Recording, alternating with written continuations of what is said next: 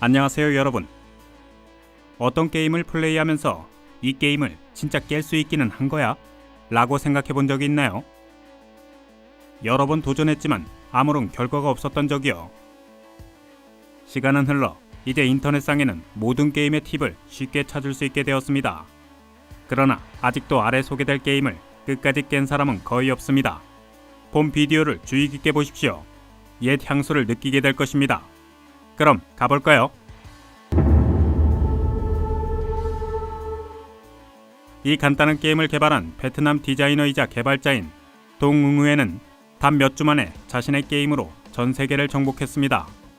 개발자는 플러피버드 게임을 만드는데 며칠밖에 걸리지 않았고 원래 이름은 플랫클럽이었다고 주장합니다. 2013년 5월 24일에 이 게임은 앱스토어에서 데뷔하여 즉시 많은 인기를 얻었습니다. 모든 소셜 네트워크에서는 이 게임에 대해 논의가 이루어졌죠. 그러나 이 게임을 끝까지 깰 수 없어서 사용자들은 웹에서 귀찮음을 느끼기 시작했습니다. 일부 플레이어들은 총 5점을 얻는데 30분이 걸렸다고 썼습니다. 그러한 상황에서는 끝이 나지 않을 것 같았습니다. 하지만 어떤 플레이어는 이 게임을 깨는데 성공했습니다. 플러피버드 게임은 게임을 하는 모든 사람들에게 분노를 유발하는 결말로 끝이 납니다. 새는 999점의 최대 점수를 얻으면 마리오를 만납니다. 그리고 끝입니다. 이것을 본 플레이어들의 실망의 임계치는 끝이 없었죠. 고전 비디오 게임 중 하나로 팩맨이 있습니다. 이 시각적으로 단순한 아케이드 게임은 1980년에 일본 회사인 남코에 의해 개발되었습니다. 이 게임은 플레이어가 팩맨을 제어하며 미로를 통해 모든 포인트를 먹도록 설계되었죠. 또한 팩맨을 쫓는 유령과 만나지 않도록 해야 합니다. 이 유령들은 각각의 고유한 행동 패턴을 가지고 있습니다. 잠시 동안은 유령이 팩맨보다 느리게 움직이는데 21번째 레벨 이후에는 빨라지고 게임은 몇 배 더 어려워집니다. 그리고 플레이어는 이 게임에서 승리하는 것이 거의 불가능하다고 생각하게 됩니다. 실제로 팩맨 게임의 난이도가 엄청나게 증가함에 따라 다음 레벨로 이동할 수 없었기 때문이죠. 따라서 개발자는 이 때문에 게임의 마지막 레벨을 만들지 않았습니다. 하지만 개발자들은 이 아케이드 게임의 인기를 과소평가한 것 같습니다. 예를 들어 일부 플레이어는 게임의 255레벨을 통과할 수 있었는데 몇 시간 만에 이 레벨을 깰 수 있었고 심지어 256레벨에서 소프트웨어 오류를 발견하기도 했습니다.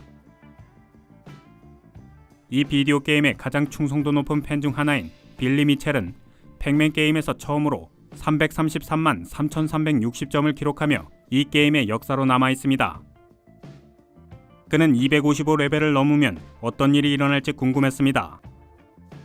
다음 레벨에서는 미로의 왼쪽 절반은 올바르게 표시되지만 오른쪽은 여러가지 색상, 숫자, 문자 및 기타 기호 세트가 표시됩니다.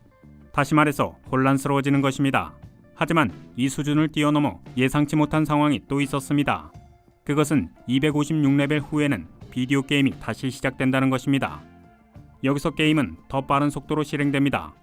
그리고 플레이어가 이 레벨도 통과할 수 있다면 아무 일도 일어나지 않습니다. 게임은 바로 메뉴 화면으로 이동되며 시스템을 다시 시작하라는 메시지를 표시할 뿐입니다. 이것보다 더 실망스러운 결말은 상상할 수 없을 것입니다. 배틀토즈는 8비트 게임 시대에 깨기 가장 어려운 게임으로 여겨집니다. 이 게임의 플레이어들이 이것을 깨기 위해 많은 노력을 했다는 것은 공공연한 비밀이 아닙니다. 한때 이 게임은 닌자 거북이 게임의 일종으로 만들어졌습니다.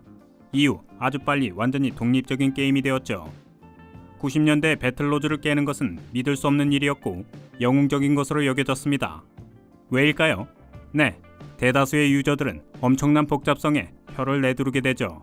예를 들어 레벨의 많은 보스를 깨는 것이 단지 보스에게 도달하는 것보다 더 현실적인 미션으로 간주되었죠. 그러나 배틀로즈는 대히트를 쳤습니다. 어두운 탑 꼭대기에 도착한 전투 두꺼비는 최종 보스로 어둠의 여왕을 만납니다. 패배 후 여왕은 진짜 악당처럼 이것이 끝이 아니라고 선언하고 회오리 폭풍이 소용돌이치며 우주로 날아갑니다. 인간과 안젤리카 여왕을 구해서 기지로 돌아오면서 게임은 끝이 납니다. 이 게임의 주요 목적은 악당을 물리치는 것입니다. 여기에 새로운 것은 없죠. 사실 이 게임의 주요 특이점은 인류 전체를 파괴하려고 하는 레드 소콜이란 악당을 물리치는 것입니다. 악당은 외계인에 의해 통제되며 빌 레이저와 랜스빈 두 명의 병사가 이 모든 상황을 처리해야 합니다. 그들은 섬에 상륙한 후 테러리스트를 근절해야 할 뿐만 아니라 외계인의 은신처에서 주요 보스의 심장을 파괴해야 하는 것을 인지합니다. 그리고 아시다시피 모든 것이 그렇게 간단하지 않습니다. 이 게임이 끝나면 헬리콥터가 섬에서 날아오르고 섬이 폭발하는 그림을 볼 수 있습니다. 그 후 악당들이 파멸되고 지구가 구원받았으며 플레이어가 영웅임을 알리는 축하 문구가 나타납니다.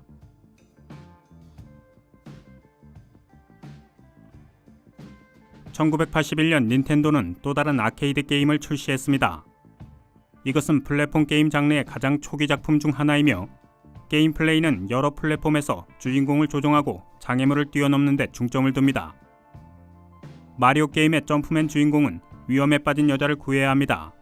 주요 악당은 동키콩이라는 원숭이입니다. 이 게임은 아케이드 비디오 게임의 황금 시대를 이끄는 가장 중요한 프로젝트 중 하나였죠. 이 게임의 특징은 3개의 결말이 제공된다는 것입니다. 첫 번째 결말은 마리오가 원숭이를 치워버리고 여자와 재회하는 것입니다. 두 번째 결말은 동물이 주인공에게 넘어져서 주인공을 죽이며 구조된 여인은 완전한 고독 속에 남아있게 되는 겁니다. 그러나 이것이 전부가 아닙니다. 세 번째 결말은 마리오가 여자를 떨어뜨려버리고 원숭이와 재회한다는 것입니다. 농담이 아닙니다.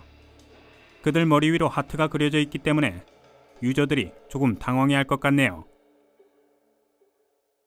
이 게임의 가장 흥미로운 점은 이 단순한 게임의 게임 유형에 따라 끝에 2가지 결말이 있다는 것입니다. 이 특징을 아는 사람들이 많지 않죠. 첫 번째 결말은 고전적인 비디오 게임 캐릭터와 픽셀 템플이 승리한 플레이어를 만나는 것입니다. 또한 템플은 화면 프레임 바깥 어딘가로 작은 조각으로 날아갑니다. 두 번째로 템플은 완전히 재미있는 음악으로 끝이 납니다. 마지막에는 랭킹에 자신의 이름을 입력할 수 있습니다. 슈퍼히어로 웜에 대한 이야기는 비디오 게임 중에서 인기가 많았습니다. 우리의 웜은 우주복을 탈취하려는 캐릭터와 싸우면서 공주를 구해야 합니다. 게임은 짐이 모든 적을 물리치고 공주를 구하는 것으로 끝납니다.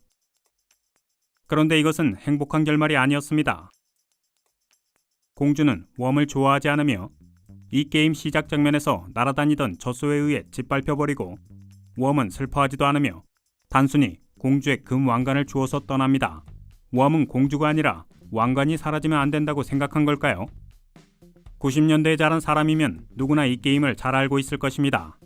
그 시절 이 게임은 정말 대유행이었죠. 270만 개의 덕헌트 게임이 판매되었으니까요. 플레이어는 잔디에서 날아다니는 오리를 쏴야 합니다. 그 후 사냥개가 오리를 물어옵니다. 플레이어에게는 무기 카트리지가 3개만 제공되었습니다. 플레이어는 오리를 쏠 때 개가 풀숲에서 오리를 날게 하고 플레이어가 사냥에 실패하면 개는 웃습니다. 기억하시나요? 게임 데일리와 닌텐도 공식 잡지가 비디오 게임의 가장 위대한 순간의 리스트에 이 개를 포함시켰다고 말하면 놀랄 것입니다. 결말에 관해서도 역시 특별한 결말을 볼 수 있었으면 좋았을 것입니다. 그러나 아쉽게도 대부분의 게임과 마찬가지로 덕헌트는 그러한 결말을 가지고 있지 않았습니다. 플레이어가 99레벨에 도달하고 이 레벨을 깨면 레벨이 0으로 변경되고 오리들이 떨어지기 시작합니다. 진짜 오리가 비처럼 내리는 장면이 시작됩니다. 웃고 있는 개도 재미있습니다. 이것은 그리 큰 보상은 아닌 것 같지만요. 크롬을 사용하는 모든 사용자는 이 게임에 대해 알고 있습니다. 웹페이지를 로드할 때 인터넷에 대한 액세스가 중단되면 웹브라우저에서 간단한 게임을 제공합니다. 이 게임의 내용은 작은 픽셀 공룡이 포인트를 얻기 위해 뛰면서 장애물을 뛰어넘는 것입니다. 이 게임은 2014년에 웹브라우저에 숨겨져 서비스되기 시작했지만 여기에도 놀라운 내용이 있습니다. 예를 들어 이전 안드로이드 기기에서는 모든 과정이 매우 느리기 때문에 개발자는 단순한 게임을 완전히 다시 개발하기로 결정했습니다. 2018년에 이 게임을 매달 약 2억 7,200만 번 플레이했다고 상상해 보십시오. 인상적인 숫자입니다. 개발자가 회사 관리자에게 이 게임을 끝낼 수 있는 기능을 추가해야 한다는 점을 논의했습니다. 사실 학생들뿐만 아니라 일을 해야 하는 성인들조차도 이 게임에 관심을 많이 갖게 되었죠. 하지만 여기서 결말은 무엇일까요? 공룡은 끊임없이 달리고 낮이 밤으로 바뀌며 이 과정은 끝이 없습니다.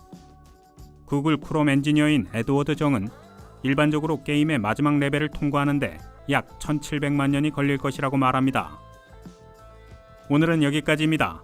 비디오가 좋았다면 구독과 좋아요 버튼을 눌러주세요. 곧 다시 뵙겠습니다.